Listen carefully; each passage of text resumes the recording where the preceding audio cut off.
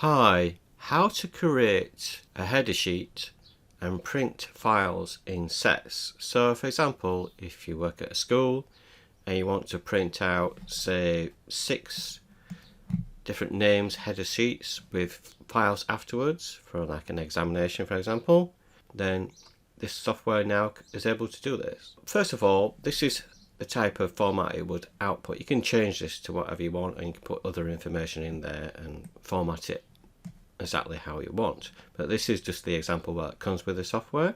What it's doing is pulling in from a file the name, so Joe Smith, and then pupil name, which is the same in this case because it's actually pulling in the other file for the first one. I'll show you how that works in a second.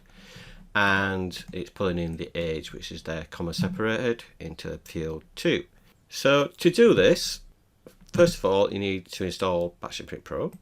You need to add your files to the list to print, and because you want to print it in sets, so you want to print the same files over and over and over again with a different header sheet, you go into Options menu, General Setup Options, Printing, and you need to always prompt repeat copies there, and it'll ask you how many copies you want to print.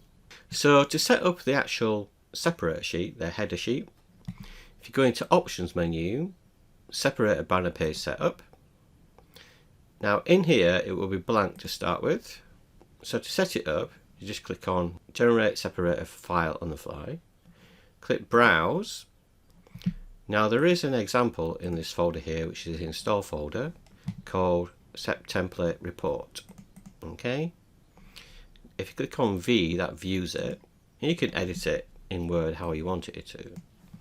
So what it's doing is it's pulling in from this file, and it keeps a count of what copy it's printing, so it'll go through each line in that text file to pull in the information.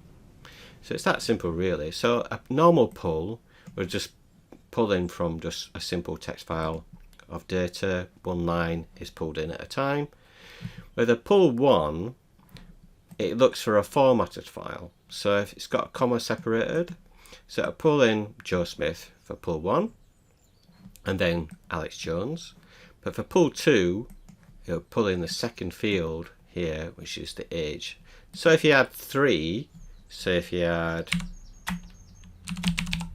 like that, then you would change that to pull 3, and you can add more lines, and you can do up to 10 different ones. So you can have lots of data in here which you can pull in. So that's how you set it up. Now in this example I want to set it to only use the setup for separators insert manual, because otherwise it will do the separator between each file. I'm just going to click that and I'll show you how that works in a second. Now in this case it's up to you whether you print the sheet on the tray or not. So for example you can print it on, say, yellow paper, just the header, and then the rest of the document on, say, white. So I'm going to show you how to do that as well. You don't have to do this.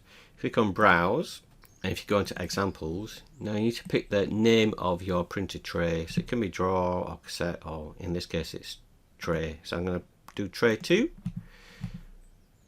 So that's all set up. I'm going to check this box here, it makes it a little bit quicker. Save and exit. So to add your files, it's up to you how many files you want to add, how many sets of prints. So if I go into here, I'm just going to add the head, which is just a header sheet what I'm going to put in, and just a normal text file. That could be your exam, for example, but you can just print one file if you wanted to, just the exam sheet. And in before here I want to insert the separator.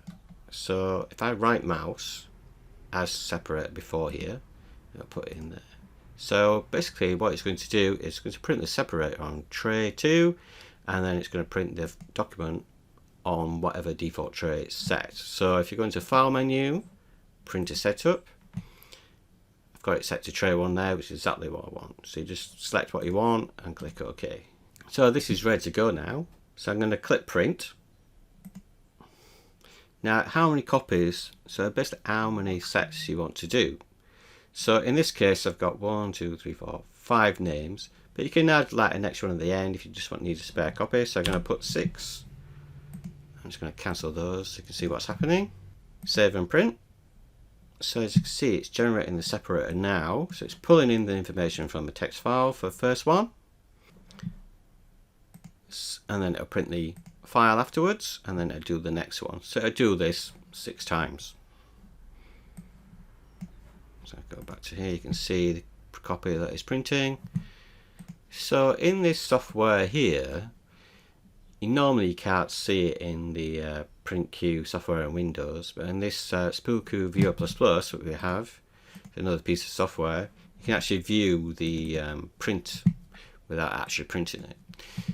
So if I double click on the separator here, you can see that it's pulled in Joe Smith year 8, which is from here, and the Joe Smith from here is pulled in from that file. So it's up to you whether, you don't have to use both files, you can just use one of the files in the setup.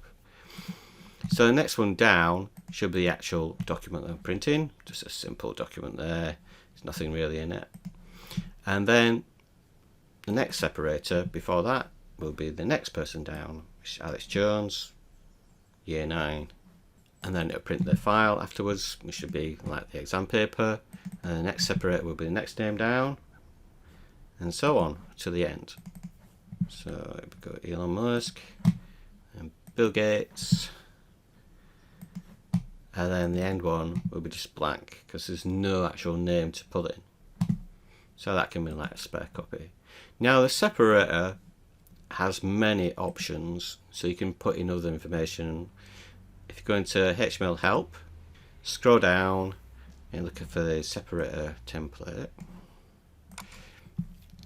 So in here there's some keywords that you can use in the separator template will be populated. So that's an easy way to find out that information.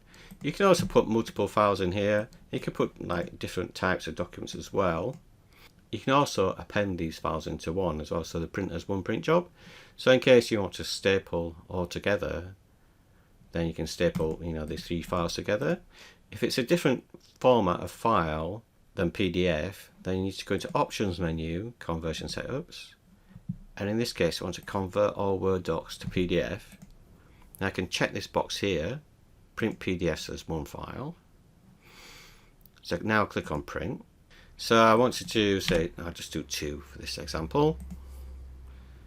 So I'll spool the separator like before. See, it's just copy 1 of 2. It will be a little bit quicker if you do the same tray, but if you're doing this different tray, it will take a little bit more time. So if I go into separator here, what's printed, you can see that it's doing Joe Smith again, which is top one. And then I got the merged file all in one. So that's the whole set of PDFs all put in one file, and Word document as well. Now there's one slight problem here, it hasn't actually appended that one. It's for some reason it was set to no. So I double click, I must have just clicked it by mistake. Click on print, save and print. So it's doing the separator page again, Joe Smith, and then it will have 8 pages, which is correct now. So it should be all those pages put together. So it's 4, 5, 6, 7, 8.